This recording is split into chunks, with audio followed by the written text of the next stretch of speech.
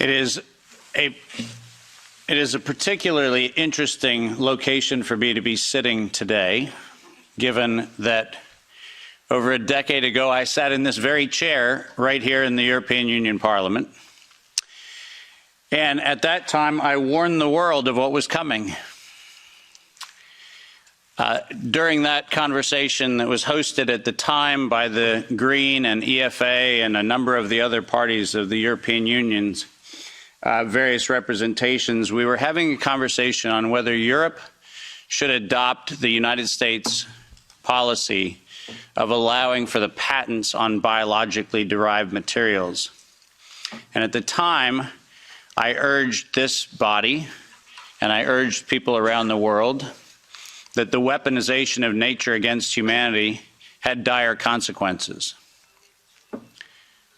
Tragically, I sit here today with that unfortunate line that I don't like to say, which I told you so. But the fact of the matter is, we're here not for a reprisal on past decisions. We're here to actually, once again, come to the face of the human condition and ask the question, who do we want to be? What do we want humanity to look like? And rather than seeing this as an exercise in futility, which is very easy from time to time when you're in the position I'm in, I actually see this not as an exercise in futility. I see this as one of the greatest opportunities that faces us, because we now have a public conversation, which is now front and center in people's minds. When this was an esoteric conversation about biological patents, nobody cared. But when that conversation came home, then it became something people can care about. So I'm actually quite grateful for this opportunity. I thank the members of Parliament for hosting this. I thank all of the translators who, I apologize in advance. I will use terminology that is probably very difficult to translate, so my apologies. And I'd also like to acknowledge the fact that many of you are aware of my involvement with this, in large part due to the amazing work of my wonderful wife, Kim Martin, who encouraged me at the very early days of this pandemic to get on front of the camera and talk about all the information that I had been sharing among very small groups around the world. And it was, in fact, her encouragement that put me in a place where many of you have heard what I have to say. Ironically, the world that I came from, that used to be very popular, my CNBC and Bloomberg presentations, which were televised on mainstream media around the world, was an audience that I lost. I can confidently say COVID diminished my fame. But I can also confidently say that I'd rather stand among the people with whom I'm standing today than any of the folks that were part of that previous world. So this is a much better place to be. My role today is to set the stage for this conversation in a historical context, because this did not come in the last 3 years. This did not come in the last 5 or 6 years. This actually is an ongoing question that probably began here in Europe in the early stages of the mid-1900s, but certainly by 1913, 1914, this conversation started right here in Central Europe. The pandemic that we alleged to have happen in the last few years also did not happen overnight. In fact, the very specific pandemic using coronavirus began in a very different time. And we'll try to advance the slides here with one of these things. Oh, there we go. Most of you don't know that coronavirus as a model of a pathogen was isolated in 1965. Coronavirus was identified in 1965 as one of the first infectious replicatable viral models that could be used to modify a series of other experiences of the human condition. It was isolated once upon a time associated with the common cold.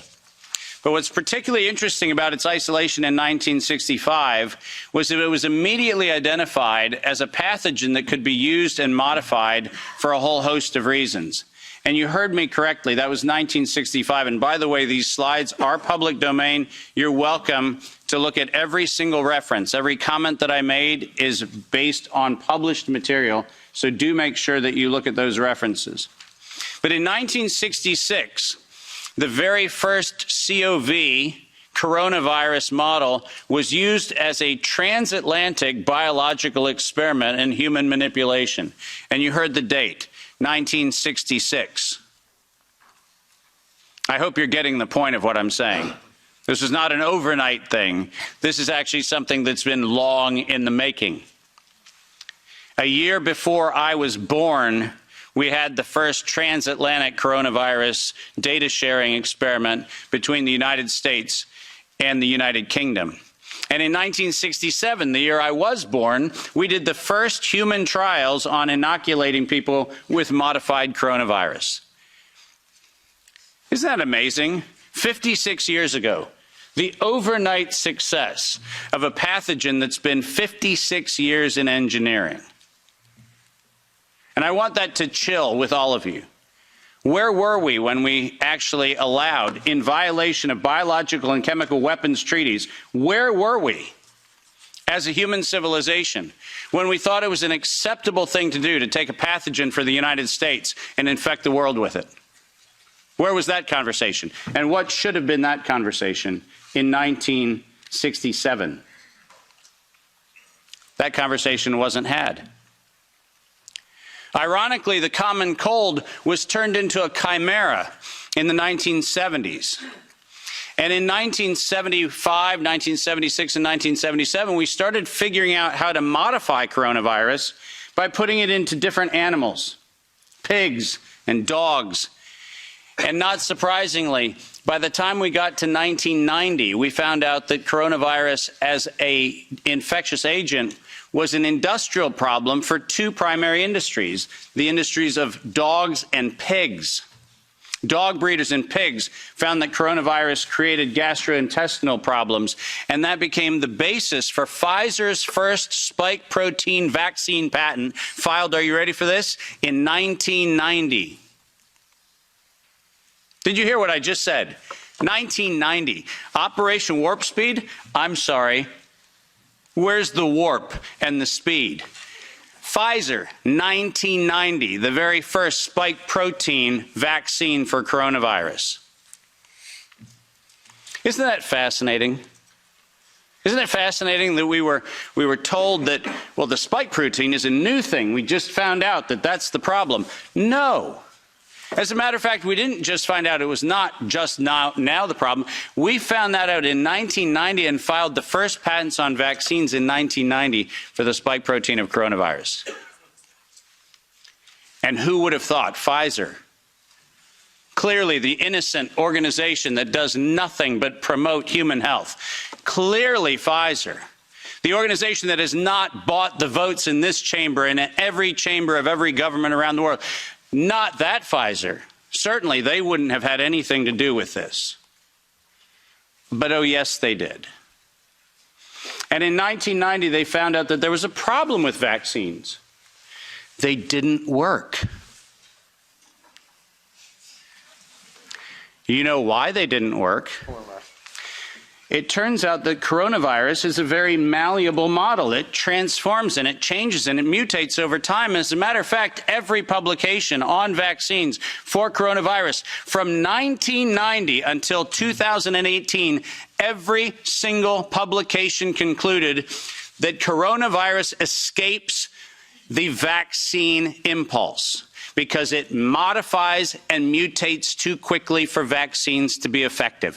And since 1990 to 2018, that is the published science, ladies and gentlemen.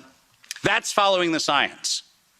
Following the science is their own indictment of their own programs that said it doesn't work.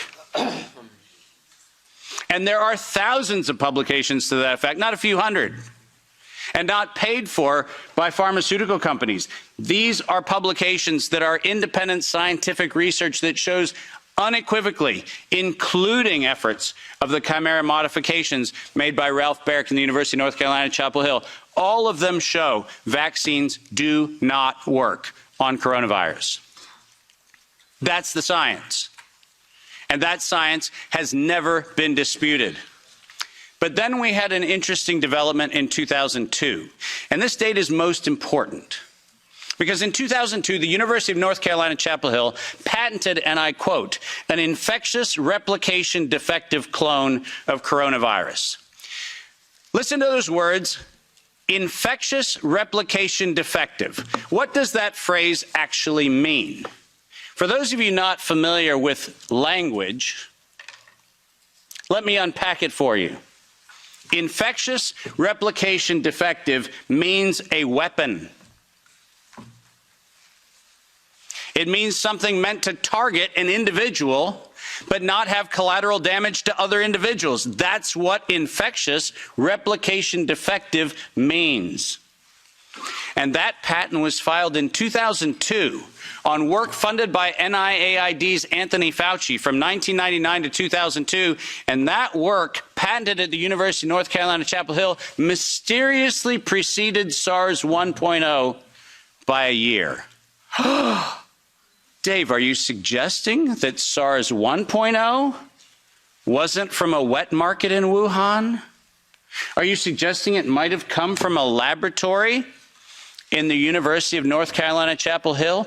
No, I'm not suggesting it. I'm telling you that's the facts. We engineered SARS. SARS is not a naturally occurring phenomenon. The naturally occurring phenomenon is called the common cold. It's called influenza-like illness. It's called gastroenteritis. That's the naturally occurring coronavirus. SARS is the research developed by humans weaponizing a life system model to actually attack human beings. And they patented it in 2002.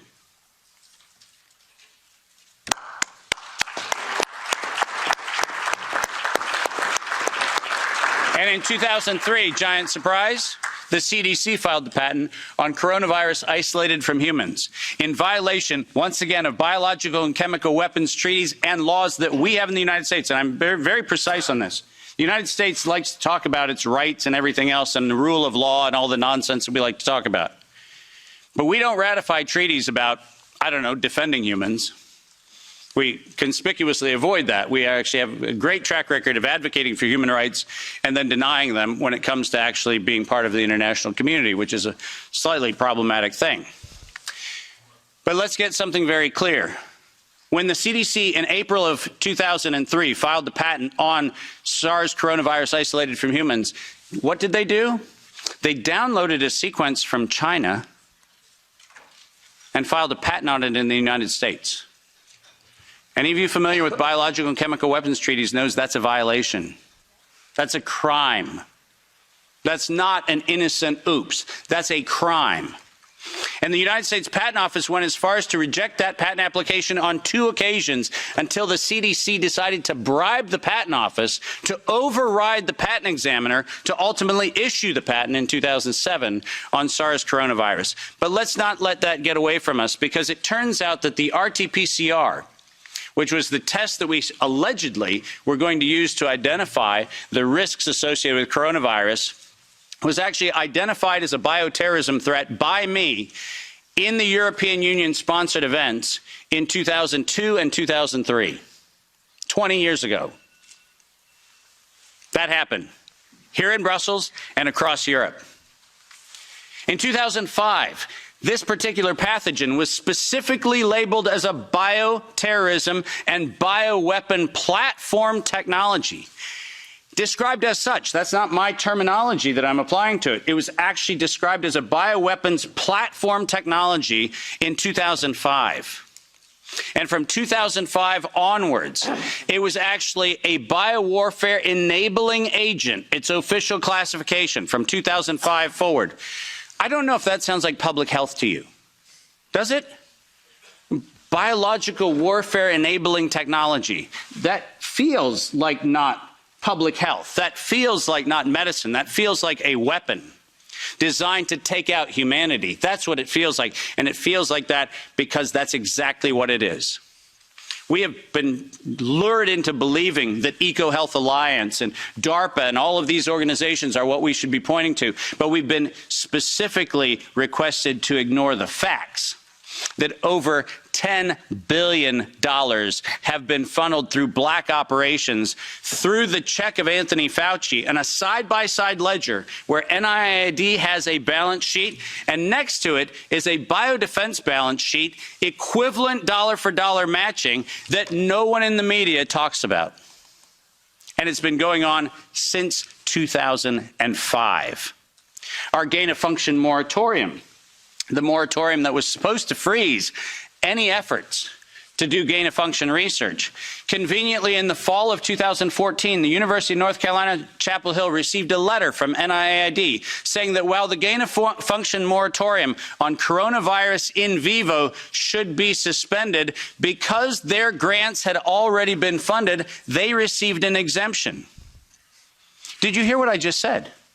A biological weapons lab facility at the University of North Carolina, Chapel Hill, received an exemption from the gain-of-function moratorium so that by 2016 we could publish the journal article that said SARS coronavirus is poised for human emergence in 2016.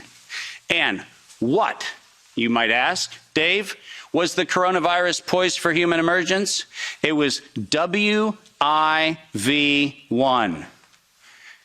Wuhan Institute of Virology Virus 1. Poised for human emergence in 2016 at the proceedings of the National Academy of Sciences, such that by the time we get to 2017 and 2018, the following phrase entered into common parlance among the community. There is going to be an accidental or intentional release of a respiratory pathogen. The operative word, obviously, in that phrase, the word release. Does that sound like leak? Does that sound like a bat and a pangolin went into a bar in the Wuhan market and hung out and had sex and lo and behold, we got SARS-CoV-2? No. Accidental or intentional release of a respiratory pathogen was the terminology used, and 4 times in April of 2019, 7 months before the allegation of patient number 1, 4 patent applications of Moderna were modified to include the term accidental or intentional release of a respiratory pathogen as the justification for making a vaccine for a thing that did not exist. Keep going. If you have not done so, please make sure that you make reference in every investigation to the premeditation nature of this, because it was in September of 2019 that the world was informed that we were going to have an accidental or intentional release of a respiratory pathogen so that by September 2020, there would be a worldwide acceptance of a universal vaccine template. That's their words, right in front of you on the screen. The intent was to get the world to accept a universal vaccine template, and the intent was to use coronavirus to get there. And the last slide. This isn't advancing, so if I could have somebody do it. Let's read this, because we have to read this into the record everywhere I go. Until an infectious disease crisis is very real, present, and at the emergency threshold, that is often largely ignored. To sustain the funding base beyond the crisis, he said, we need to increase the public understanding for the need for medical countermeasures such as a pan-influenza or pan-coronavirus vaccine. A key driver is the media, and the economics will follow the hype. We need to use that hype to our advantage to get to the real issues. Investors will respond if they see profit at the end of the process. Sounds like public health? Sounds like the best of humanity? No, ladies and gentlemen, this was premeditated domestic terrorism stated at the proceedings of the National Academy of Sciences in 2015, published in front of them. This is an act of biological and chemical warfare perpetrated on the human race, and it was admitted to in writing that this was a financial heist and a financial fraud. Investors will follow if they see profit at the end of the process. Let me conclude by making 5 very brief recommendations. The last slide. Nature was hijacked. This whole story started in 1965 when we decided to hijack a natural model and decide to start manipulating it. Science was hijacked when the only questions that could be asked were questions authorized under the patent protection of the CDC, the FDA, the NIH, and their equivalent organizations around the world. We didn't have independent science. We had hijacked science. And unfortunately, there was no moral oversight in violation of all of the codes that we stand for. There was no independent, financially disinterested, independent review board ever impaneled around coronavirus, not once. Not once. Not since 1965. We do not have a single independent IRB ever impaneled around coronavirus. So morality was suspended for medical countermeasures. And ultimately, humanity was lost because we decided to allow it to happen. Our job today is to say, no more gain-of-function research, period. No more weaponization of nature, period. And most importantly, no more corporate patronage of science for their own self-interest unless they assume 100% product liability for every injury and every death that they maintain. Thank you very much.